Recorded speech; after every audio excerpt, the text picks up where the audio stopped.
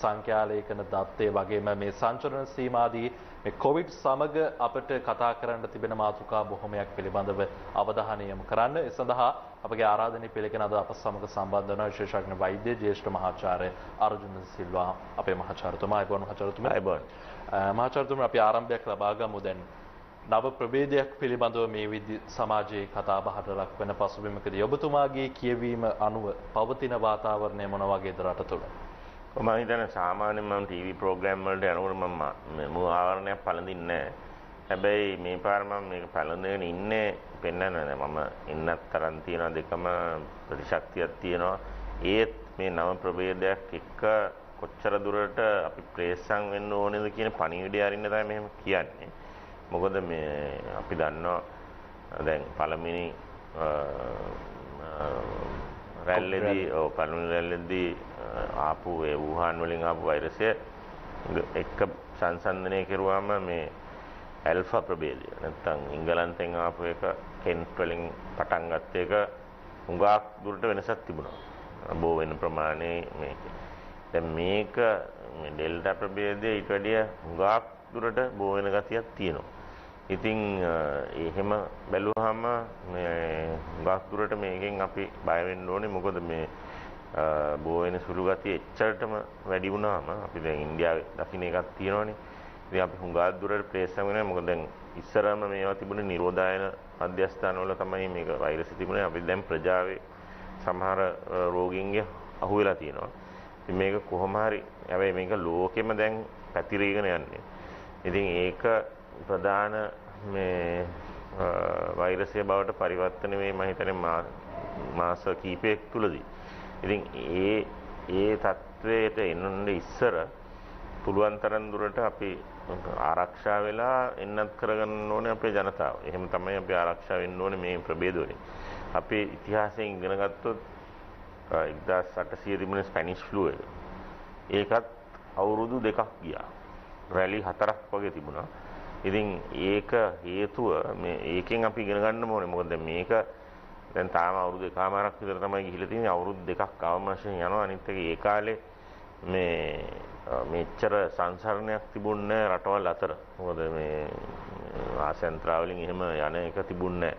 ඉතින් ගෝලීය වසංගතය දිගටම යන්න තියෙන ප්‍රවණතාවය වැඩි දැන්.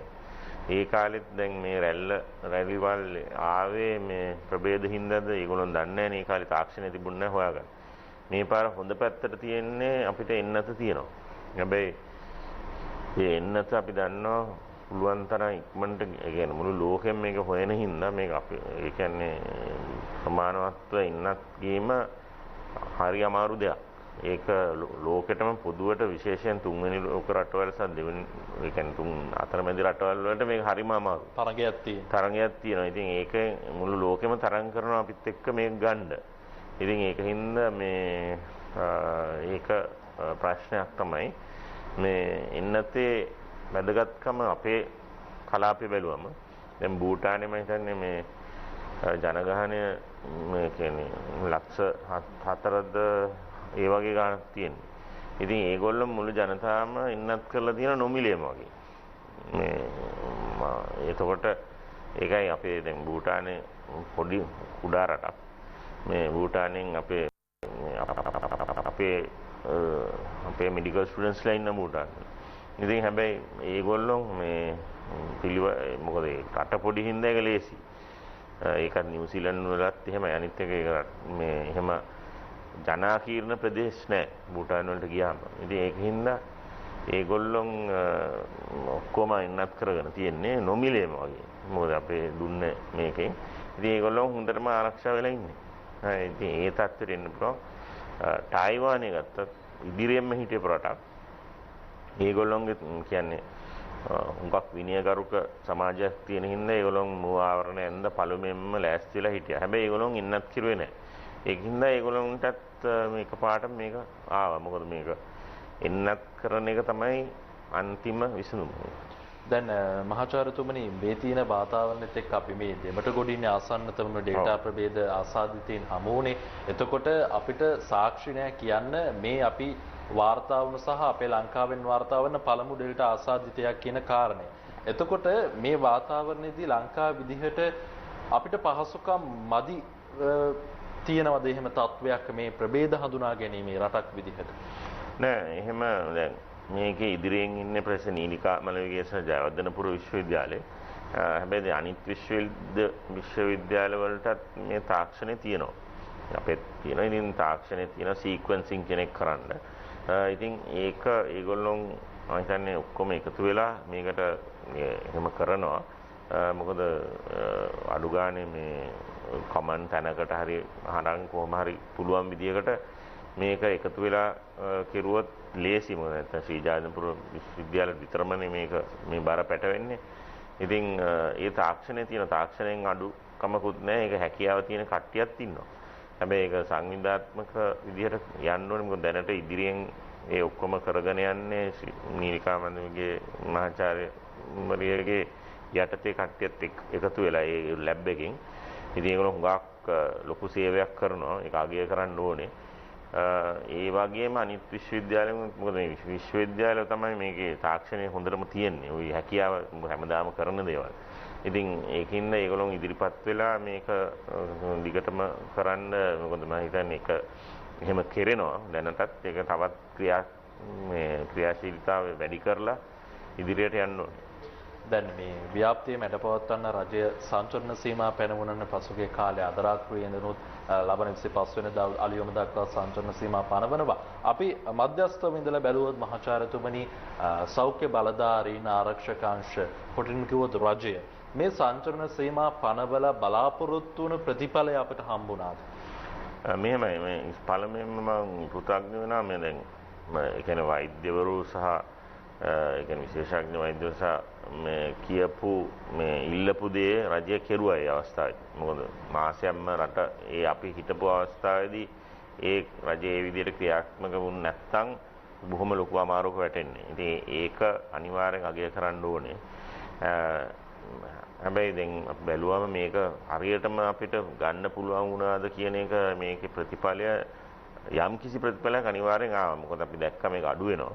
හැබැයි සම්පූර්ණ ප්‍රතිඵලය ගන්න බැරි වුණා කියලා කියන්න පුළුවන්. මොකද මේ අපි දැක්ක හුඟක් මිනිස්සු පාරවල් වල ඉන්නවා. ඒ විදිහට තියෙනවා. හැබැයි දැන් අපි වෛද්‍යවරු සහ කියන්නේ විද්‍යාව පැත්තෙන් බලනකොට අපිට ආර්ථික පැත්ත බලන්න බෑ.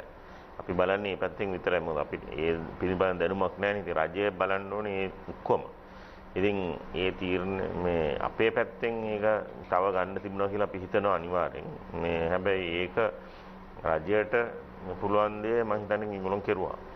දැන් මේ මහාචාර්යතුමනි ඔතනදී ආරක්ෂක අංශ පොලිසියත් කිව්වේ මේ මහජනතාව මේ සංචරණ සීමාවට අනුගතව කටයුතු කරේ නැහැ කියලා වැඩි වශයෙන් දෝෂාරෝපණයක් එල්ල වුණානේ. හැබැයි දැන් අපි මේ බටහිර රටවලට අවධානය යොමු කරොත් යුරෝපා රටවල් වලට ඒ කොවිඩ් ව්‍යාප්තිය මැඩපවත්වන්න ඔවුන් දැඩි සංචරණ සීමා ක්‍රියාත්මක කරනවා. හැබැයි ඔවුන්ගේ අපි බැලුවොත් විදේශ මාධ්‍යවල තොරතුරු ඔවුන්ගේ කඩවල් ඇරලා යම්කිසි වූ යාන්ත්‍රණයකට ඔවුන්ගේ කටයුතු ක්‍රියාත්මක වෙනවා. මේ අපේ රටේ යාන්ත්‍රණයක් ක්‍රියාත්මක වෙන්නේ නැති නිසාද මේ ආකාරයෙන් ජනතාව ওই විදිහට පාරට බහින්නේ?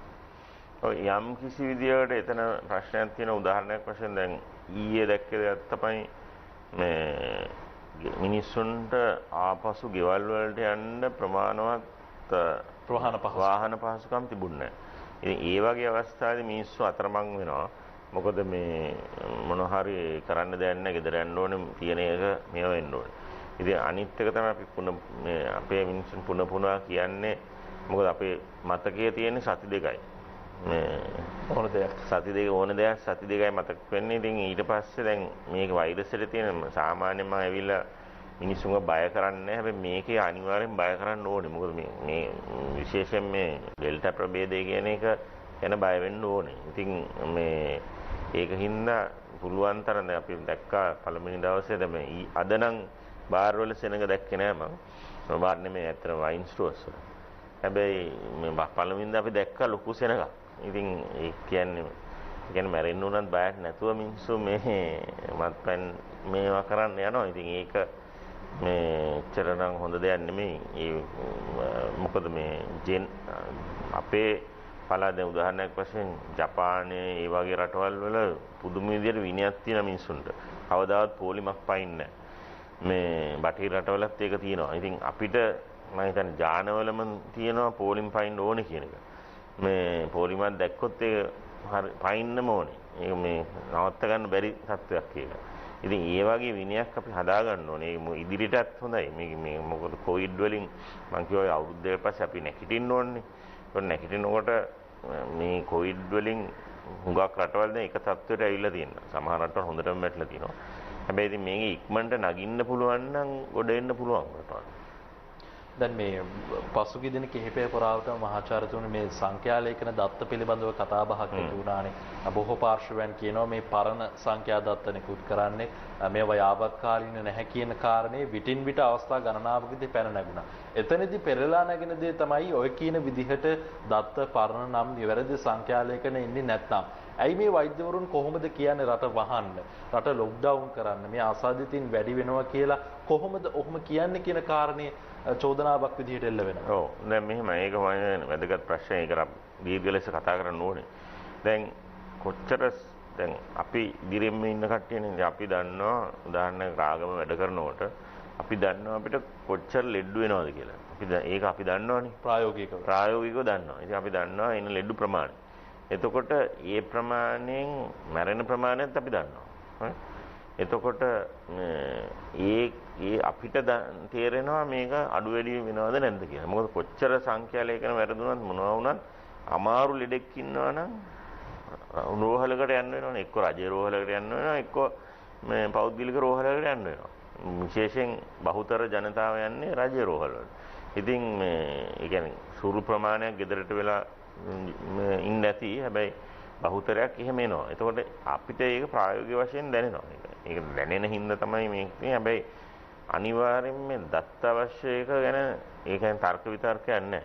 ඒක ඕනෙමයි. මම උදාහරණයක් වශයෙන් දැන් ඉන්දියාවේ තියෙන මේ තත්ත්ව බැලුවොත් චෙන්නයි ඒකම වීඩියෝ ක්ලිප් එකක් තියෙන චෙන්නයි වල ඒගොල්ලොන් කමාන්ඩ් සෙන්ටර් එකක් දාලා රියල් ටයිම් ඩේටා අරන් තියෙනවා. උදාහරණයක් වශයෙන් එතන ඔක්කොම IT මේ ප්‍රෝග්‍රෑම් එකක් දාලා ලොකු කමාන්ඩ් සෙන්ටර් එකක් තියෙනවා. ඒකේ රියල් ටයිම් ඩේටා තියෙන උදාහරණයක් වශයෙන් ඒගොල්ලන්ට ඕන නම් මේ රටේ එතන චෙන්නයි වල කොච්චර වැක්සිනේට් වෙනවද වැක්සිනේට් වෙන ප්‍රමාණයක් දන්නවා ඒගොල්ලෝ.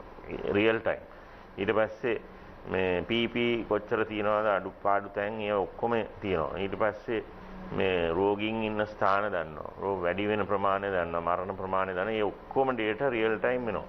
ඒතකොට එහෙම real time dataම ටක් ගාලා තීරණ ගන්න පුළුවන්. මොකද නැත්තම් ඒක අමාරුයි. ඉතින් මේ තාක්ෂණය ඉතාමත්ම වැදගත් මෙතන. අපි මේකෙන් ගොඩ එන්න.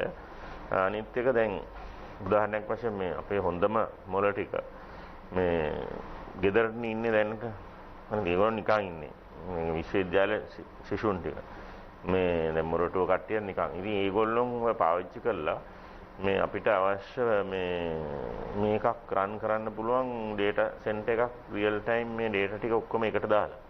එහෙම කෙරුවොත් තීරණය ගන්න හුඟක් ලේසි වෙනවා මේ හැමෝටම. දැන් මේ අවුරුදු එකමාරක් මුළුල්ලේ මේ වසංගත තත්ත්වයත් එක්ක අපේ රටේ මේ කටයුතු ක්‍රියාත්මක වෙන මහාචාර්යතුමනි ඔය කියන විදිහට අපිට තාක්ෂණයත් යම්කිසි ආකාරයකින් තියෙනවා මානව සම්පතත් ඔය කියන විදිහට වැඩි වශයෙන් තියෙනවා. ඇයි අපිට බැරි වෙලා තියෙන ඔය කියන විදිහට තවමත් ඔය රියල් ටයිම් ඩේටා කියන කාරණේට ඔය තාක්ෂණයට යොමු වන්නට ඔබතුමා මොකද්ද අඩුපාඩු? ඔව් එතන නම් මම ඇත්තටම උත්තරේ දන්නේ නැහැ. ඒක මේ උත්තරේ අහන්න වෙනවා මේ කියන්නේ දන්න කෙනෙක්ගෙන්. මොකද මම ඒකට හරි උත්තරයක් දෙන්න මට දත්ත නැහැ ඇත්තටම. හැබැයි මට කියන්න පුළුවන් දේ තමයි කර යුතු දේ මේකයි. මේ අනිත් එක්ක කරන්න විදිහත් පුළුවන් මේ මොකද මානව සම්පතේ තියෙන ඒක තමයි අමාරුම දේ සමහරවිට. මේ ඒක අපිට තියෙනවා අනිත් ඒගොල්ලෝ නිකන් ඉන්නේ ගෙදර. දැන් මේ ওই දත්ත පිළිබඳව පොදු මහ ජනතාව යොමු කරන තවත් කාරණා තමයි මහාචාර්යතුමනි මේ රජයට සහ සෞඛ්‍ය බලධාරීන්ට ඕන විදිහට PCR පරීක්ෂණ අඩු කරලා අසාධිතීන් අවම කරනවා කියලා. ඒ කියන්නේ ඕන වෙලාවට PCR පරීක්ෂණ වැඩි කරලා අසාධිතීන් වැඩි වීම ඉර ලොකුවට ඇවිල්ලා අඩු කරලා ආයි ඉර පහළට බහැලා දැන් මේක පාලනය කරා කියලා පෙන්නනවා කියලා. ඇත්තටම ප්‍රායෝගිකව ඔබතුමා මේ ශ්‍රේෂ්ඨව ඉන්න කෙනෙක් විදිහට එහෙම කරන්න පුළුවන්. එහෙම කරන්න පුළුවන් මං කිව්වා වගේ එහෙම කරන්න පුළුවන් යම්කිසි දුරකට. හැබැයි මං කිව්වා වගේ ප්‍රායෝගික වශයෙන් අපෙන් හංගන්න බෑ ඒක. හරි? මොකද කොච්චර PCR අඩු කරුවත් ලෙඩ වෙනවනේ ස්පිතාලෙට අමාරු වුණා. අපි ඒගොල්ලන්ට PCR කරනවා. ඒක කොහොමත් අපි අනිවාර්යෙන් කරනවා. ඒකට අපිට හොයාගන්න පුළුවන් මේ කොවිඩ් ලෙඩ වැඩිද නැද්ද කියන්නේ. ඉතින් කොච්චර අඩු වැඩි කරුවත් PCR එක ඒක මේ එහෙම හංගන්න බෑ. ඒක ජනතාවට කිලිම පැහැදිලිව කියන්න ඕනේ. පැහැදිලිව අඩුයි මේ ලොක්ඩවුන් එකෙන් නැත්නම් මේ සංචරණ සීමාව තිබ්බේ මාසෙන් අනිවාර්යෙන් බෙනිෆිට් එකක් තියෙනවා. ඒකේ තර්කයක් නැහැ. ඒක අඩු වෙලා තියෙන හැබැයි ඒ තර්කේ තියෙන්නේ මීට වැඩි බෙනිෆිට් එකක් ගන්න තිබුණාද? ප්‍රතිඵල ගන්න තිබුණාද නැද්ද කියන එකේ අනිවාර්යෙන් තර්කයක් තියෙනවා. හැබැයි මේක මේ කියන්නේ යම් කිසි දුරකට මේක අඩුවීමක් තියෙන එකේ මම හිතන්නේ තර්කයක් නැහැ. ඉතින් අපි කියන්නේ මේවා හරියටම දත්ත තිබුණා නම් ඒක හරිම ලේසියෙන් පෙන්වන්න පුළුවන්. මේ PCR වැඩේ කියන්නේ දැන් තවත් ක්‍රමවේද තියෙනවා ලැම්ප් ටෙස්ටිං කියලා. දැන් ලැම්ප් ටෙස්ටිං PCR තරම් ඇකියුරේට් නැහැ උනට හුඟක් දුරට ඒකත් ඇකියුරේට්. ඒක ලංකාවෙම ස්ලින්ටෙක් එකේ හදලා තියෙනවා. ඉතින් ඒ ගානත් අඩුයි. ඉක්මනටත් දෙන්න පුළුවන්. ඉතින් ඒ වගේ දැන් ලැම්ප් ටෙස්ටිං ඉංගලන්තයේ දැන් අවුරුද්දක් තුලදී කරනවා. ඒකින්ද ඒ කියන්නේ කොම්බිනේෂන් එක ඇන්ටිජන් තියෙනවා, ලැම්ප් ටෙස්ටිං තියෙනවා, PCR තියෙනවා. ඉතින් ඒකේ මික්ස්චර් එකක් කොම්බිනේෂන් එකක් කරලා මොකද අනිත් එක ටෙස්ටිං උත් අපිට ඒ කියන්නේ රිස්ක් ඇසෙස්මන්ට් එකක් කරලා ටාගට් ටෙස්ට් දැන් අපි ඇන්ටි ඩෝපින් වල මං ඉන්නේ එකෙත් කරන්නේ එහෙමනේ. ඉස්සර අපි කියන්නේ අපි කරපු ටෙස්ට් ප්‍රමාණය කියලා ඉස්සර ඇන්ටි ඩෝපින් වල. එතකොට දැන් එහෙම නෙමෙයි කරන්නේ. අපි රිස්ක් ඇසෙස්මන්ට් එකක් කරලා බලලා මේ මොකද ටෙස්ට් ගණන් හින්දා මේ රිස්ක් ඇසෙස්මන්ට් එක මේ අවශ්‍යම කට්ටියව ටෙස්ට් කරනවා. දැන් උදාහරණයක් වශයෙන් අපි ගිහිලා මොනරාගල ලොකු ගෲප්ස් අහමු ලෙස ටෙස්ට් කිරීමේ කිසිම තේරුමක් නැහැ. මෙතන වතු වල ටෙස්ට් කිරීමේ වැදගත්කමක් තියෙනවා. ටෙස්ට් කිරීම විතරක් නෙමෙයි සීක්වන්ස් කරන්නත් ඕනේ. ඉතින්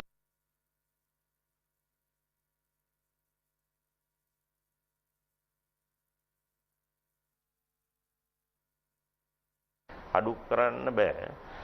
හැබැයි ටෙස්ටිං يعني ස්මාර්ට් ටෙස්ටිං තියෙනවා.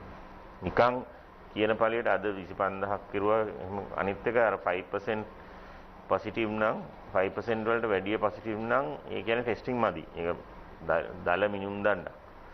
ඉතින් ඒ විදිහට ඒක තියාගෙන මේ ගානත් අඩු කරන්න ඕනේ. ටෙස්ටිං කියන්නේ ලොකු ගානක් රජයට.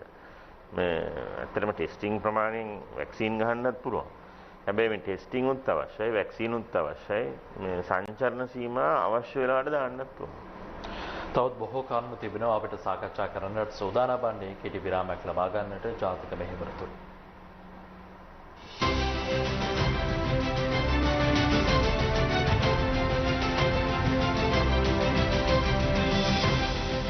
COVID-19 සඳහා ආරක්ෂිත පියවර.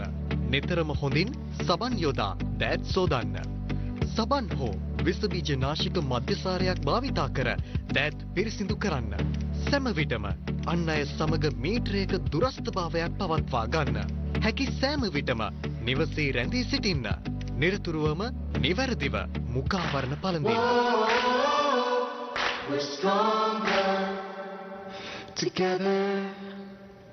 මේ රට වට බැඳි මහා චලකඳ අපේ රටේ වටිනාකම දිනෙන් දින ජාත්‍යන්තරයට කියා පානවා. ගංගාවල තියෙන ඉතාම වටිනා පිරිසිදු ජලයට අපද්‍රව්‍ය එකතු කිරීමක සිද්ධ වෙලා තියෙනවා.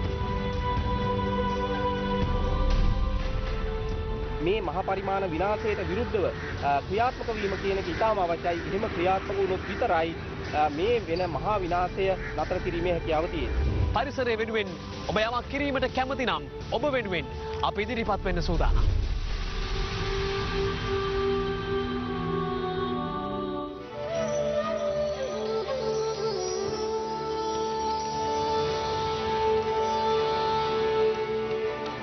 රන් අටපැය කාලයේ බුද්ධිමය ආමන්ත්‍රණය.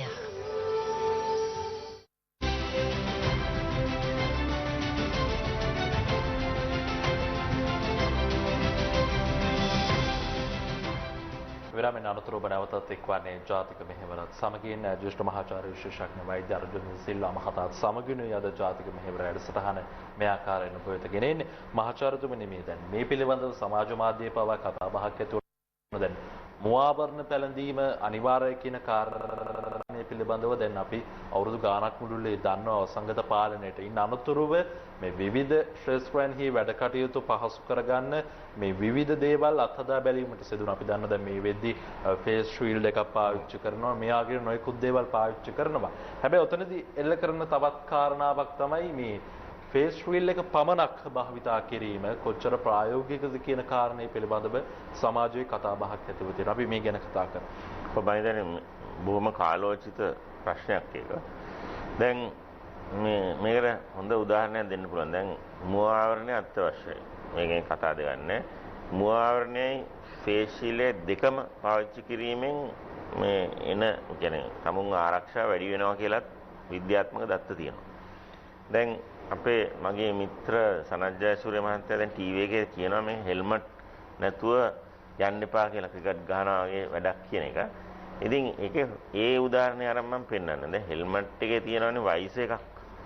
දැන් වයිස් එක නැතුව ගහනවට වැඩිය වයිස් එකත් එක්ක ගහන එක හොඳයි. වයිස් එක විතරක් දාගෙන ගැහුවොත් කොහම වෙයිද? ඒ කියන්නේ වයිස් එක විතරක් යන හෙල්මට් එක ගලවලා වයිස් එක විතරක් බැඳගෙන ඔළුවේ මේ ගැහුවොත් ක්‍රිකට් මොනවා වෙයිද? ඉතින් ඒ වගේ දෙයක් තමයි මෙතන මේ වයිසර් එක මේ අඳිනවා නම් මුව ආවරණය අඳින්න. වයිසර් එක මේ කියන්නේ ෆේස් ෂීල්ඩ් එකක් දැම්ම තවත් ආරක්ෂා සහිතයි. හැබැයි මේ ෆේස් ෂීල්ඩ් එක විතරක් නම් අඳගෙන ඉන්න එපා. එහෙම කරන එක කිසිම විද්‍යාත්මක තේරුමක් නැහැ. මොකද මේ වෛරසය කියන්නේ ටෙනිස් බෝල, පිං පොං බෝල වගේ සයිස් එකක් නෙමෙයි. ඉතින් ඒක මේක ඇඳලා කියලා මේකෙන් එන්නේ කෙල බේරෙන එක කතා කරනකොට ඒ ප්‍රමාණය විතරයි අඩු වෙන්නේ. වෛරසය කොහොමත් යනවා. දැන් මේක එයාබෝන් හින්දා ඒ කිසිම එතන තර්කයක් නැහැ. ඉතින් පැහැදිලි පණිවිඩය තමයි පුනා කියන්නේ එකක් තමයි ඔය වැල්ව් තියෙන මාස්ක් මුව ආවරණ පාවිච්චි කරන්න එපා. එහෙම පාවිච්චි කරනවා නම් ඒ කියන්නේ සල්ලි අරන් දැන් කරන්න දෙයක් නැත්තම් ඒකට අඩු ගානේ යටින් මේ සර්ජිකල් මාස්ක් එකක් දාන්න. එතකොට යන්නේ නැහැ. ඒක මම දැකලා තියෙන හුඟක් අය කරනවා. හැබැයි මම නම් කියන්නේ අනිවාර්යෙන් ඒ වගේ මාස් මොකද මුව ආවරණය හරියට පාලනය වෙන්න ඕන. ප්‍රමිතියක් අවශ්‍යයි. මොකද මේකේ අපි සටනේ තියෙන වැදගත්ම දේ මේකයි. ඒක හොඳට පාලනය වෙන්න ඕනේ. මම හිතන්නේ පුනාම කියන දෙයක් තමයි වැල්ව් එක තියෙන මුව ආවරණය තහනම් කරන්න ඕනේ. ඒක හුඟක් රටවල් වල තහනම් කරලා තියෙනවා. ආසියාන්තරවල යන්න බෑ ඒක ඇඳගෙන හුඟක් දත්ත තියෙනවා. ඒක වැඩක් නැහැ කියන එක. අනිත් එක තමයි මේ භයානක දේ තමයි දැනට දැක්ක දේ තමයි මේ ෆේස් ෂීල්ඩ් එක විතරක් නැත්තම් මේ ඒක විතරක් ඇඳගෙන ඉන්න එක. ඒක නම් කරන්නම හොඳ දෙයක් නෙමෙයි. ඉතින් ඒක කරුණා කරලා ඒක කරනවා නම් ඒක නතර කරන්න. මොකද හොඳම උදාහරණයක් තමයි මේ සනත් ජයසූරිය මහත්තයා කියපු එක තමයි හෙල්මට් එක ගලවලා වයිස් එකට විතරක් ඇඳගෙන යන්නේ. මම හිතන හොඳ උදාහරණයක් ලබා දුන්නේ මහාචාර්යතුමා. දැන් මහාචාර්යතුමනි මේ සෞඛ්‍ය අංශ මේ වෙලාවේ සිදු කරන මෙහෙවර අපි අනිවාර්යෙන්ම අගය කරන්න ඕනේ. වුණ අවුරුදු ගාණක් මුළුල්ලේ මේ වසංගත පාලනයට මැදිහත්ව කටයුතු කරනවා. හැබැයි දැන් පසුගිය දින කිහිපේ පුරාවට මේ විවිධ සෞඛ්‍ය අංශවල අර්බුද අපි දැක්කා පැන නගිනවා. දැන් මේ කාරණාවේදී මම ඔබතුමාගෙන් අහන්නේ මේ එක් නිලධාරියා බලාධිකාරියක් හදාගන්න ඒකාධිකාරිය නැතුව කටයුතු කරන්න යන නිසාද මේ ආකාරයෙන් සෞඛ්‍ය ශාස්ත්‍රය තුළ ගැටුම් ඇති වෙන්නේ? කොහොමද දැනේ ඒක කනගාටු දෙයක් සෞඛ්‍ය ශාස්ත්‍රය ඇතුලේ ගැටුම් ඇතිවීම. මොකද මේ මං කියවා අපි කණ්ඩායමක් වශයෙන් යන්න ඕනේ. කණ්ඩායමේ නායකයෙක් ඉන්නවා. නායකයාට උපරිම සහයෝගය දෙන්න ඕනේ. නැත්නම් ඉතින් ටීම් එකෙන් අයින් වෙන්න ඕනේ. මොකද මේ අනිත් එක මේක අමාරු අවස්ථාවක් තමයි අනිවාර්යෙන්. ඉතින් සෞඛ්‍ය ශාස්ත්‍රය එකට හිටියේ නැත්නම් මේ ජනතාවට අපිට මොනවද කියන්න බෑ. ඉතින් කොහොමත් මේක අමාරු දෙයක් තමයි අනිවාර්යෙන්. අපේ හැමෝගෙම වැරදි තියෙන්න පුළුවන්. හැබැයි මේ සටන අඩු ගානේ මේ සටන ඉවර කරලා ඊට පස්සේ සටන් කරන්න කියලා තමයි මම ඉල්ලන්නේ. සටන ඉවර කරලා මේ කොවිඩ් සටනේ ඉවර කරලා ඒකෙන් ජයගෙන ඊට පස්සේ තමුන්ගේ පෞද්ගලික සටන් වලට යන්න. දැන් මේ PCR පරීක්ෂණ සහ ඇන්ටිජන් පරීක්ෂණ මහාචාර්යතුමනි අපි දන්නවා ලෝකේ පාවිච්චි කරනවා මේ ලංකාවේ විශේෂයෙන් පාවිච්චි කරන අසාධිතීන් හඳුනා ගන්න. අපිට මේ ඉක්මනින් ප්‍රතිඵල ලබා ගන්න වෙන විකල්ප ක්‍රම තිබෙනවාද ලෝකයේ? ඔබතුමා ජාත්‍යන්තරත් එක්ක කටයුතු කරන නිසා මම කැමතියි මේ පිළිබඳව දැනගන්න. ඔව් මේ ලැම්ප් ටෙස්ටිං කියලා තියෙනවා. ඒ කියන්නේ ලූප් ඇසෝසියේටඩ් මේ සිස්ටම් එකක්. ඒකත් මේ මොලිකියුලර් ටෙස්ටිං එකක්. ඒකෙදි වෙන්නේ මේ ඒක කියන්නේ ලංකාවේම නිපදවන ස්ලින්ටෙක් ආයතනයෙම නිපදවෙච්ච එකක්. ඉතින් ඒ කියන්නේ මෙහි හදලා තියෙන එක ලෝකෙ හැමතැනම පාවිච්චි කරනවා. ඉතින් ඒකත් පැයෙන් විතර උඩේට ගන්න පුළුවන්. ලොකු ලැබ් එකක් ඕනේ නැහැ. ඉතින් කොස්ට් එකත් ගාණත් අඩුයි PCR වලට වැඩිය. ඉතින් PCR අපි මිනුම් දන්න හැටියට පාවිච්චි කරනවා. හැබැයි දැන් ඇන්ටිජන් ටෙස්ට් කරන්න ඕනේ. මේ සමහර අවස්ථාවල ඉක්මනට ප්‍රතිඵල ඇන්ටිජන් ලෑම් ටෙස්ටිං කරන්න ඕනේ. දැන් අපේ ඉංගලන්තේ මේ අවුරුද්දකට වැඩිය මේගොල්ලෝ යූස් කරන මේ ක්‍රම තුනම. ඉතින් මොකද එහෙම ගාන අඩු කරන්න එකක් අනිත් එක තමයි ඉක්මනට දත්ත ඕනේ. මොකද PCR එක තමයි මිනුම් දන්නේ. ඒක කතා දෙකක් නැහැ, තර්කයක් නැහැ එතන. හැබැයි ඒකට ගන්න වෙලාව සමහර වෙලාවට තීරණයක් ගන්න එක අමාරු වෙනවා. ඉතින් ඒකින්ද මේ ක්‍රමයක් දැන් තියෙන හින්දා ඒක වඩා අනිත් ඒක දේශීය දෙයක්. ඒකින්ද ඒක පුළුවන් තරම් ඉක්මනට ඒක පාවිච්චි කරන එක තමයි මම හිතන්නේ හොඳ.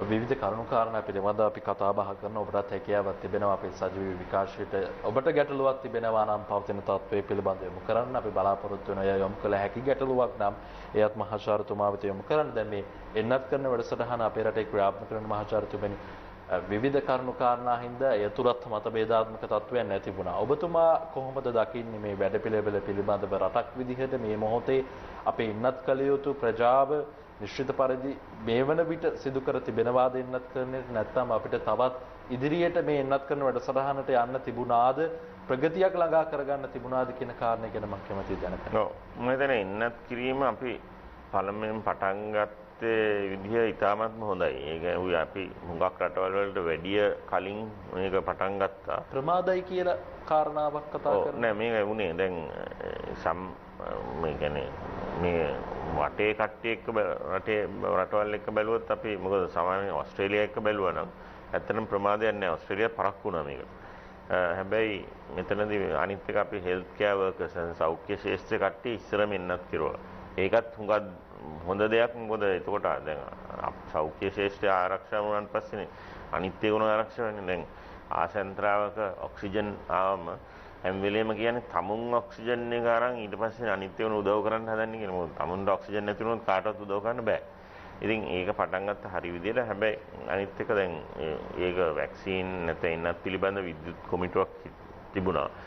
ඒගොල්ලොන් කියපු විදිහ තමයි ඉතින් අර දැන් සාමාන්‍යයෙන් වැඩිම රිස්ක් එක නැත්නම් අවධානය තියෙන කණ්ඩායම තමයි 60ට වැඩි කට්ටිය. දැන් අපි මරණ ගත්තොත් 80ක් විතර තියෙන්නේ ඒකේ. ඒ අනිත් එක තමයි සංකූලතා තියෙන කට්ටිය. ඉතින් ඒ දෙගොල්ල කොහොමත් එන්නත් කරන්න ඕනේ කියන එක තමයි ප්‍රධාන මේක විය යුත්තේ. ඉතින් මරණ සංඛ්‍යාව වැඩි වෙන්න එක හේතුවක් තමයි කට්ටිය එන්නත් නොකිරීම. ඉතින් මම හිතන්නේ දැන් ඒක හරියට යනවා මේ වැඩේ. මේ මොකද 60න් ඉහළ කට්ටිය අනිවාර්යෙන් ඉන්නත් කරන්න ඕනේ. මොකද ඒගොල්ලන් තමයි මේ වෛරසය හැදුනොත් මේ බෝ වුණොත් ඒගොල්ලන් මරණ මේ ප්‍රතිශතය ඉතාමත්ම වැඩි. අපි ප්‍රායෝගිකව දකින්න දෙයක්, ඒක විද්‍යාත්මකවත් පෙන්වලා තියෙන දෙයක්. ඉතින් ඒගොල්ලෝ එන්නත් කරන්න ඕනේ. ඊට පස්සේ දැන් ඉදිරියට දැන් මේ විදිහට යන්න ඕනේ. අනිත් එක පුළුවන් තරම් ඉක්මනට එන්නත් ගේන්න ඕනේ. හැබැයි එතනදී අනිවාර්යෙන් ප්‍රායෝගික ප්‍රශ්නයක් තියෙනවා. එතකොට මේ අනිත් එක තමයි දැන් පාසල් විවෘත කරන්න යන්න කලින්. ඒ කියන්නේ ටීචර්ස්ලා ගුරුවරු ඔක්කොම මේ එන්නත් කරන්න ඕනේ. ඊට පස්සේ අපි සාමාන්‍යයෙන් A level පන්ති තමයි ඉස්සරම අරින්න ඕනේ. මොකද ඒගොල්ලෝ තමයි පාලනය කරන්න පුළුවන්. ඒතකොට ඒගොල්ලෝ එන්නත් කරන්න ඕනේ. ඒතකොට තරුණ අය එන්නත් කරන්න මේ දැන් ලෝකෙ දැනට යූස් කරන වැක්සින් එක තමයි ෆයිසර් වැක්සින් එක. ෆයිසර් වැක්සින් එකත් අපේ රටට එනවා. ඉතින් ඒක අපේ ළමයින්ට තියාගන්න පුළුවන්. මේ ෆයිසර් වැක්සින් එක සමහර විට දෙන්න වෙනවා කොටසක් අර මේ ඇස්ට්‍රාසෙනිකා හම්බුනේ නැති කට්ටියට. මොකද එහෙම විකල්පයක් තිබුණ නැත්තම් හොඳම දේ තමයි ඇස්ට්‍රාසෙනිකා කොහෙන් හරි අපිට ලැබුණොත්. හැබැයි ඉතින් ඒක ලැබුණ නැත්තම් විකල්පයක් තියෙන්න ඕනේ. ප්ලෑන් B එකක් තියෙන්න ඕනේ. ප්ලෑන් B එක තමයි ඒගොල්ලන්ට ෆයිසර් දෙන එක. ඊටු ෆයිසර් ටික තියාගන්න ඕනේ ළමයින්ට දෙන්න. මොකද අපේ අනාගතය තමයි මේගොල්ලෝ. ඉතින් අනිත් එක මේ දත්ත අනුව ඒ කියන්නේ 30න් පල්ලෙහාය මේ වෙනත් කරන්නේ ඒක හොඳයි. මේ අනිත් වැක්සින් උත් යූස් කරන්න පුළුවන්. එහෙම නෙමෙයි 18න් පල්ලා කට්ටියට. මේ ඒකින්ද මේ ඒක ඒ ළමයින්ට ඒක තියාගත්තා නම් ඉස්කෝල ළමයින්. ඉතින් ඒ වගේ ප්ලෑන් එකක් තමයි තියෙන්න ඕනේ. ඉතින් විද්‍යුත් කමිටුවක් තියෙනවා ඒකට. ඒගොල්ලෝ මම හිතන්නේ ඒ වගේ ප්ලෑන් එකක් දීලා තියෙනවා. ඉතින් ඒක හරි මේ ලංකාවේ හොඳට ප්ලෑන් තියෙනවා. ඒ ප්ලෑන් හරියට ක්‍රියාත්මක වෙන්නේ නැති එක තමයි ප්‍රශ්නේ. මම බැලුවොත් චක්‍රලේඛන තියෙනවා ලක්ෂ ගණන්. ඒ චක්‍රලේඛනේ හරියට ක්‍රියාත්මක වෙන්නේ නැහැ. එතන තමයි පරිපාලනය තමයි අපිට ප්‍රශ්නේ හැම වෙලේම එන්නේ.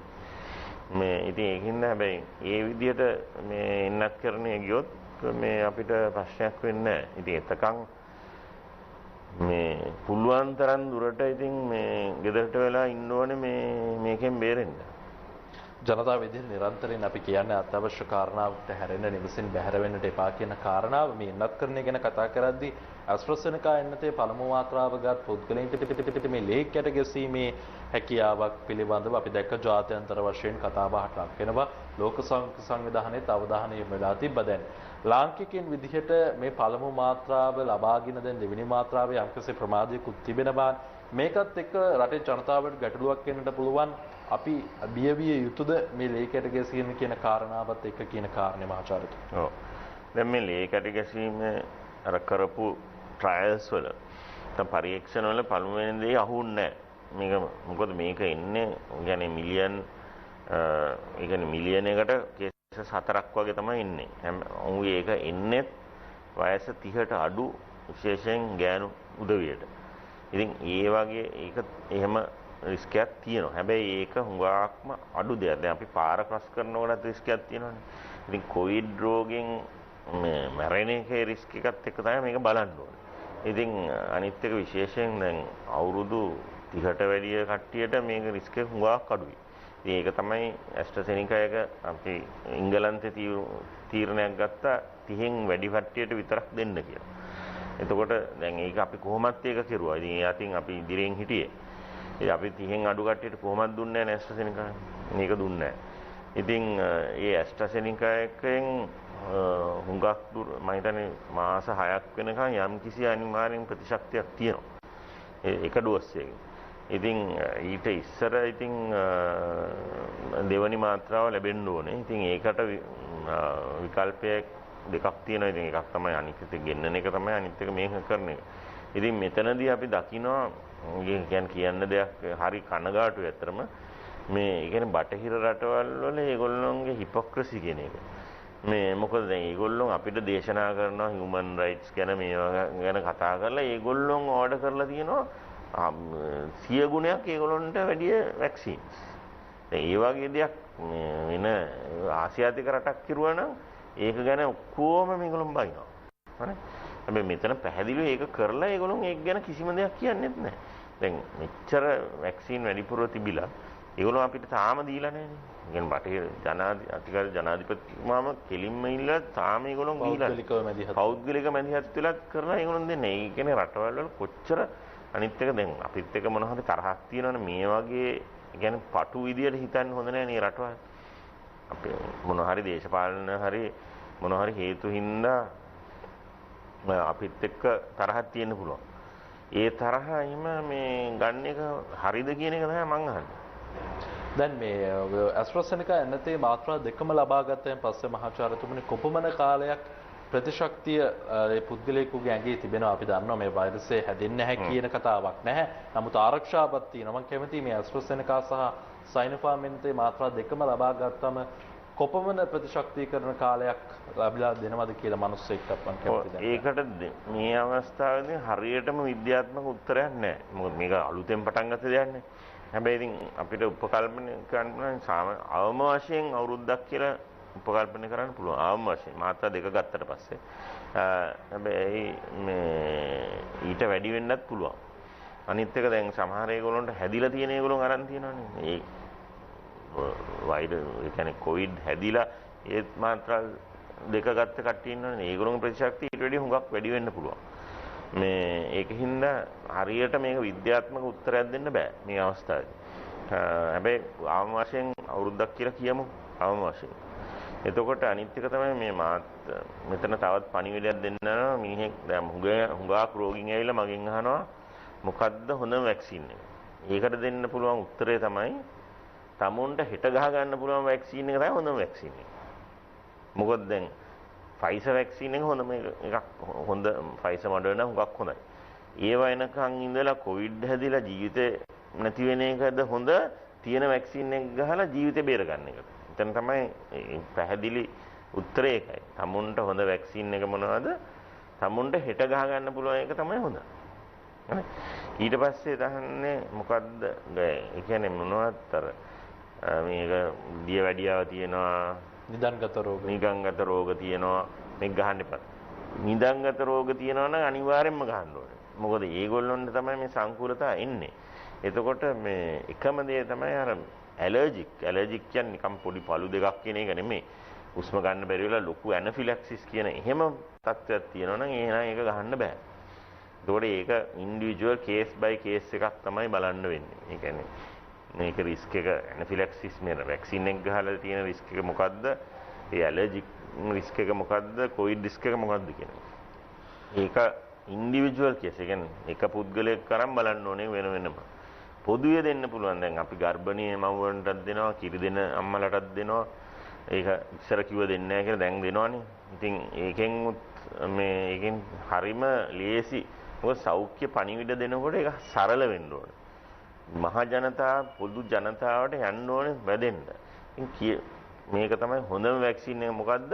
හෙට ගහ ගන්න පුළුවන් වැක්සින් එකක් තියෙනවා ගහන්න එක. ඒක තමයි හොඳම. දැන් මහාචාර්යතුමනි විරාමයට යන්නතු මම කෙටි ප්‍රශ්නයක් අහන්න කැමතියි. දැන් ඔය කියන විදිහට අපිට යම් කෙසේකින් තුන්වෙනි මාත්‍රාවකටත් යන්නට වෙයිද රටක් විදිහට? ඒක දැම්මම මම කිව්වා වගේම ඒක කියන්න බෑ. ඒක වැක්සින් එක අනුවත් වෙනස් වෙන්න පුළුවන්. එහෙම තුන්වෙනි මම අහුවා ටිකර ජනන්තුමා කිව්වා මීටින් එකේදී මම දැක්කා රූපවාහිනියේ තුන්වෙනි මාත්‍රාව තියෙනවා නම් අවශ්‍ය. ඉතින් ඒකට විද්‍යුත් කොමිටුවක් තියෙනවා. ඒගොල්ලොන් මේ දත්ත ටික බලලා ඒකට රජයට දෙයි මේ රිපෝට් එක මොකද්ද කරන්න ඕනේ කියන එක. ඒක තාම ඒකට හරි මොකද අපි උත්තර දෙනකොට විද්‍යාත්මක කුල උත්තරයක් දෙන්න ඕනේ. එහෙම උත්තරයක් මම පෞද්ගලික මතය දීලා වැඩක් නැහැ. විද්‍යාත්මක උත්තරයක් දෙන්න බෑ තාම ඒකට. මොකද දත්ත මදි. හැබැයි ඒක වෙන්න පුළුවන්. විශේෂයෙන් සමහර වැක්සින් වලට වෙන්න පුළුවන්. සමහර ඒවාට අවශ්‍ය නොවෙන්න පුළුවන්. අපි සූදානම් වන්නේ අවසන් විරාමය සඳහා යමු වන්නට ජාතික මෙහෙවර තුළින් වැඩි සිටින්න ඉබේවන් ජාතික මෙහෙවරත් සමග.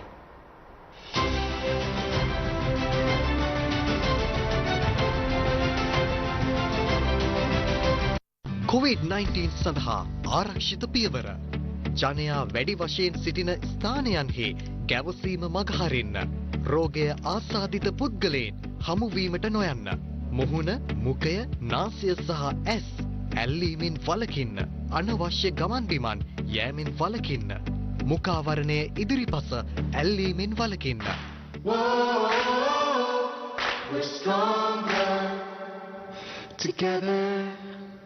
සැකේ කියන්නේ ඒක ඔයා හිතන සැකේ හරි වෙන්නත් පුළුවන් වැරදි වෙන්න. තරග පරාජයත් එක්ක වැඩි වශයෙන් එළියට එන කාරණාවක් තමයි තරග පාවා දීම ගැන. මම දන්නේ මට නම් ඇවිල්ලා නැහැ. ඔබ කතා කරන්න බයයි.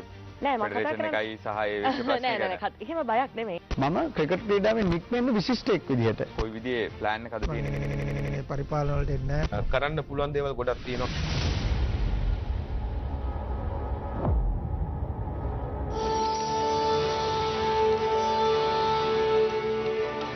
රන් අඩපැය කාලේ බුද්ධිමය ආමන්ත්‍රණය.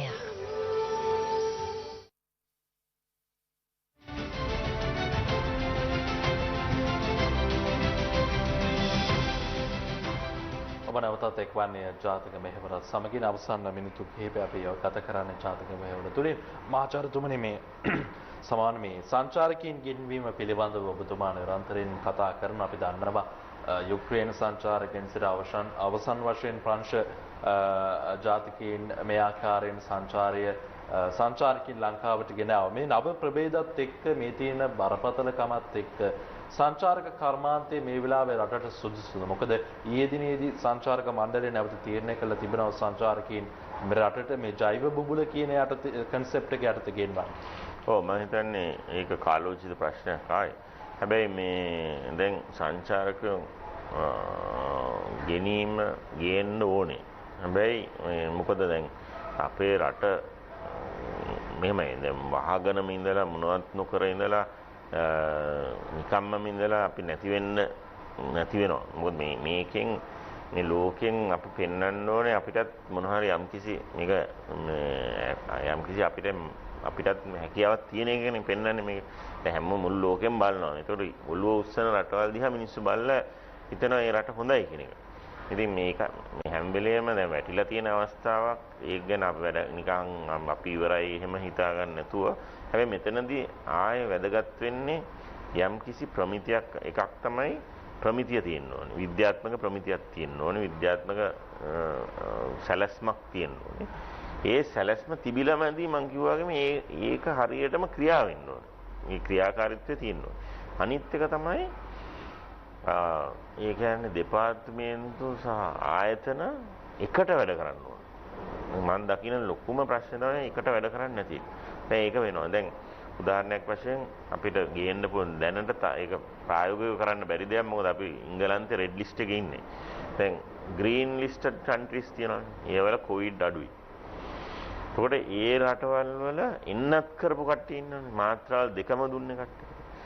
ඒගොල්ලොන්ව ගෙනල්ලා ජෛව බුබුලුව කෙරුවොත් එතකොට රටට කියන්නේ පුළුවන් තරම් ආරක්ෂාව තියෙනවා. උදාහරණයක් වශයෙන් දැන් ඉංගලන්තයට ලංකාවෙන් ඉන්න බෑ සංචාරකයෝ. හැබැයි මේ අපේ ක්‍රිකට් ටීම් එකෙන් ගියා. මොකද ඒගොල්ලොන් එලීට් ස්පෝර්ට් එක්සෙම්පෂන් කියන එක යටතේ රෙඩ් ලිස්ටඩ් කන්ට්‍රීස් ඉන්දියාවත් ගියානේ. දැන් ඒ ටීම්ස් දෙක ගියා. හරි. ගිහලා ක්‍රිකට් ගහනවා. ක්‍රිකට් විතරමයි අපේ ගහන්න පුළුවන්. මොකද ඒකට එක ප්‍රධාන හේතුවක් තමයි මේ ඒකට හුඟක් සල්ලි ඕනේ. ජෛව බුබුලුව ආරක්ෂාව තියාගන්න සල්ලි ඕනේ. අනිත් එක මේ අපේ හමුදාවේ පූර්ණ සහයෝගය ලැබෙනවා. සෞඛ්‍ය අමාත්‍යාංශයේ පූර්ණ සහයෝගය තියෙනවා. ඒගොල්ලෝ එක්ක වැඩ කරන්න එකට. ඉතින් එහෙම ගියොත් ජෛව බුබුලුව ආරක්ෂා කරලා මේක කරගෙන යන්න පුළුවන්. මොකද දැන් ඉන්දියන් ටීම් එක ලංකාවට ආවම අපිට ඩොලර් මිලියන 15ක් විතර හම්බ වෙනවා ක්‍රිකට් බෝඩ් එකට. ඉතින් ඒ රටට මේ අවස්ථාවේ මේ ඩොලර් නැති වෙලාවේ මේ වගේ ලොකු ගාණක් කියන එක වටිනවා. හැබැයි මෙතනින් ප්‍රභේදයක් කියන එක වටින්නේ නැහැ. ඒකින්න ඒකට පුළුවන් තරම් අපි කතා කරලා මේ ළඟදිත් සෞඛ්‍ය අමාත්‍යාංශයේ අපේ ඩිරෙක්ටර් ජෙනරල් මහත්තයා ડોક્ટર අසේලේ කතා කරලා මේ ඩිමිනල් යුනිට් එකේ ඒගොල්ලෝ එක හම්බ වෙලා කතා කරලා මේ ඒගොල්ලොන්ගේ ප්ලෑන් එකක් අනුව අපිත් කතා කරලා ඊට පස්සේ හමුදාව දාලා තමයි මේක යන්නේ මේ ගමන. මේ මොකද මේ අපිත් මේක දැලිපිහියෙන් කිරි කනවා වැඩ. මේ මොකද ඉන්දියාවෙන් කියනවා කියන්නේ අත්තම බය වෙන්න ඕනේ. හැබැයි කරන්නත් ඕනේ. මොකද අපි ලෝකෙට පෙන්වන්න ඕනේ අපිට මේ වැඩේ කරන්නත් පුළුවන් කියලා පෙන්නලක් තියෙනවා. ඉදිරියටත් පෙන්වන්න ඕනේ අපිට මේක කරන්න පුළුවන් කියන එක. ඒ මානසික මේකෙන් යන්න ඕනේ. ඉතින් ඒකට හරි ප්ලෑන් එකක් තියෙන්න ඕනේ. ඒ විදිහටම ඒ ප්ලෑන් එක යන්නත් ඕනේ. ප්ලෑන් එක අතරමැදදී ගහන්න බෑ ඒක. දැන් ඔබතුමා ක්‍රිකට් ගැන කතා කරපු ඉඳන් මම කැමති විශේෂයෙන් ක්‍රිකට් ක්‍රීඩාවත් එක්ක සම්බන්ධ වෙලා ළඟින්ම කටයුතු කරන මහාචාර්යතුමෙක් විදිහට මේ දැන් එංගලන්ත සංචාරය අද ආරම්භ වෙන පන්දුවාර 2020 තරඟාවලින් අනතුරුව ඉන්දිය කණ්ඩායම ලංකාවේ සංචාරයක නිරත වෙනවා. දැන් යෝන් ක්‍රිකට් කණ්ඩායමක් ලංකාවේ මේ වෙද්දී ජාත්‍යන්තරය නියෝජනය කරමින් තරඟවදින්නේ. ඔබතුමා දකින්න විදිහට මොන වගේ අභියෝගයක් එක් පැත්තක වසංගත තත්ත්වය අනිත් පැත්තකින් ඔවුන් මේ සීමාවලට යටත්ව ඔවුනුත් කටයුතු කරන්නේ පිට්ටනියට බැස්සට මම කැමති මේ පිළිබඳව අවසන් වශයෙන් ඔබතුමා. ඔව් අත් වශයෙන්ම දැන් මේගොල්ලෝ බංග්ලාදේශ සංචාරයක ගියේ. මේ බංග්ලාදේශ සංචාරයේ ඒගොල්ලෝ හුඟක් පීඩනයක් යටතේ හිටියේ. අනිත් එක දැන් අපේ ක්‍රිකටර්ස්ලගේ පැත්තෙන් ක්‍රීඩකයන්ගේ පැත්තෙන් බලන්න ඕනේ මේ දැන් අපිට සංචරණ සීමා දාලා දවස් ගාණක් ගෙදර හිටියාම අමාරුයි. මේගොල්ලන් සමහර වෙලට දැන් දවස් මාස එකමාරක් දෙකක් ඒගොල්ලන්ගේ පවුල් දැකලත් නැහැ. මේ ළමයි දැකලත් නැහැ. ඒගොල්ලන් ජෛව බුබුලේ ඉන්නේ වෙන කවුරුවත් දකින්නේ නැහැ. ඒගොල්ලෝ විතරයි දකින්නේ. ඉතින් ඒ වගේ මානසික පීඩනයක් ඒක ලොකු පීඩනයක්. ඒකයි ඉංගලන්ත ටීම් එක එකපාරටම කට්ටියට මේ අමාරු වුණා මේගොල්ලෝ රිලීස් කරලා අරිනවා ටීම් එක. ඉතින් අපේ කට්ටියට ඒ අතින් එහෙම මේ වෙලා නැහැ. එහෙම එකපාරටම යන්න අවස්ථාවක් මිලා නැහැ. හැබැයි ඒ පීඩනේ අපිට ඒක ගන්න පුළුවන්. ඉතින් මේක තරුණ ටීම් එකක්. හැබැයි එක අතකින් තියෙනවා මේක එකට හිටියාම එකට කණ්ඩායමක් වශයෙන් ගහන්න හැකියාව හැංගීම වැඩි වෙනවා. ඒ අතින් ඒක හොඳයි. එතකොට අනිත් එක පිටස්තර මොනවත් ප්‍රශ්න එන්නේත් නැහැ. හැබැයි දැන් බංග්ලාදේශ වල ඒගොල්ලන් හුඟක් අමාරුනේ ඉංගලන්තේ මේක ලිහිල් කරලා තියෙනවා. විශේෂයෙන් කාඩිෆ් වල ඒගොල්ලන්ට chance මම හුඟක් සන්තෝෂ වුණා ඒක අහලා. ඒගොල්ලන්ට කැෆේ එකක් දීලා තිබුණා. ඒක ටෙස්ට් කරපු තැන. ඒ කියන්නේ හොටෙල් එකෙන් පිටමේ. එතන ගිහිල්ලා කෝපියක් හරි මොන හරි බීලා බාය ගන්න මේ කෝපියක් බීලා ඇතුලේ ඉන්න බෑ එළිය ඒක බොන්න පුළුවන්. ඉතින් ඒගොල්ලන්ට මම හිතන්නේ ලොකු සහනයක් ඒ වගේ එකක් දෙන එක. අඩු ගානේ මිනිස්සු බීලා බලලා පිට මිනිස්සු බලන්න පුළුවන්. පාක් එකක ඇවිදින්න පුළුවන්. ඒ තත්ත්වේ ඒගොල්ලන්ට දීලා තියෙන ඉංග්ලන්ඩ් වල. මේ ඉතින් ඒ මම හිතන්නේ මානසික මේක තරුණ කණ්ඩායමක්. මම දැක්කා කුසල් ජනිත් කැප්ටන් කියලා තියෙනවා ෆියර්ලස්ලි ගහන්න කියලා. ඒක හොඳ මේකක්. මොකද දැන් අපි පැදුරනේ බුදියගෙන ඉන්නේ අපි බිම ඉන්නේ. ඉතින් තාම වැටෙන්න දිහාවක් නැහැ. ඉතින් උඩටම තමයි යන්න වෙන්නේ. ඉතින් ඉංගලන්තේ ඉන්නේ හොඳටම මේ හොඳ ඇඳක උඩ ඉන්නේ. ඉතින් ඒගොල්ලෝ ඔව් රෑන්කින් නම්බර් 1 හොඳම ටීම් එක ගහලා තිනවා. මම දැක්කා ඒක ක්‍රිටිසයිස් කරලා තියෙනවා. මොකද ඉංග්ලන්ඩ් ජෝ රූට් කම්ප්ලේන් කරලා තියෙනවා. මේ ටෙස්ට් සයිඩ් එක පුවර් සයිඩ් එක යට දීලා සෙකන්ඩ් ස්ට්‍රිං එකක් දීලා ලංකාවට වීක්ම සයිඩ් එකට ඒගොල්ලන්ගේ ෆුල් ටීම් එක ගස්වලා කියලා. ඒක ගැන ලොකු ප්‍රශ්නයක් තිබුණා. ඉතින් ඒක මම හිතන්නේ අභියෝගය අරන් මේ අපි සුබපතනවා මේගොල්ලන්ට මේ තරුණ ටීම් එකට මේකෙන් ජය ගන්න කියලා. අපි જે සුබපතම එක් කරන ගමන් මහජනතුමනි දැන් මේ මොහොතේ අවසන් වශයෙන් ඔබතුමාට අපේ නරඹන රටේ ජනතාවට ලබා දෙන තියෙන පරිවිඩය මොකක්ද මේ තියෙන තත්ත්වයත් එක්ක? ඔව් මම කියන්නේ මම හිතන්නේ සරල පණිවිඩයක් තියෙන්නේ මේ ඩෙල්ටා ප්‍රභේදය කියන්නේ භයංකර දෙයක්. ඇත්ත වශයෙන්ම ඒක ගැන ආරක්ෂා වෙන්න ඕනේ. මුව ආවරණය අඳින්න ඕනේ, ගෙදර සිටින්න ඕනේ, මීටරයේ ප්‍රමාණය තියාගන්න ඕනේ, අත සෝදන්න ඕනේ. ඒක අත්‍යවශ්‍ය දේවල් ඒවා තියාගෙන පංචායුධය ගැන කතා කරලා ඒක ගැන මතක් කර කර යන්න ඕනේ, ඒක කරන්න ඕනේ. හොඳම එන්නත මතක තියාගන්න හෙට ගහන්න පුළුවන් එන්නත තමයි හොඳම එන්නත. බොහොම ස්තුතිවන්ත වෙනවා ජ්‍යෙෂ්ඨ මහාචාර්ය විශේෂඥ වෛද්‍ය අර්ජුන සිල්වා මහත්මයාට කාර්යබහුල මොහොතක අපත් සමග සම්බන්ධ වීම පිළිබඳව අවස්ථා ගණනාවකදී සම්බන්ධ කරගන්න අපි උත්සාහ කරා. නමුත් කාර්යබහුල හින්දාම එතුමා අපත් සමග සම්බන්ධ වීම අද දවසත් එක්ක ලබා ගත්තා. ඉතින් බොහොම ස්තුතිවන්ත වෙනවා නැවතත් ඔබතුමාට. අපි සමුගන්නවා අදට ඔබට ජාතික මෙහෙවර තුලින් සමුගන්නා මොහොතේදී ප්‍රාර්ථනා නිරන්තරයෙන් අපි මේ සෞඛ්‍ය මාර්ගෝපදේශන නීති රීති මේ පිළිබඳව ඔබ දැනුවත් කරනවා. ඉතින් ඒවා අනුගමනය කිරීම ඔබ සතු වගකීමක්. මොකද ඒවා අනුගමනය කළේ නැත්නම් ඔබත් අනාරක්ෂිතයි, ඔබගේ පවුලේ උදවියත් සහ සහෝදරියත් අනාරක්ෂිතයි. ඒ බවත් මතක් කරමින් අපි අදට ඔබෙන් සමුගන්නවා. සමුගන්නා මොහොතේදී ප්‍රාර්ථනාව ඔබට නිරෝගීමත් හෙට දවසක්.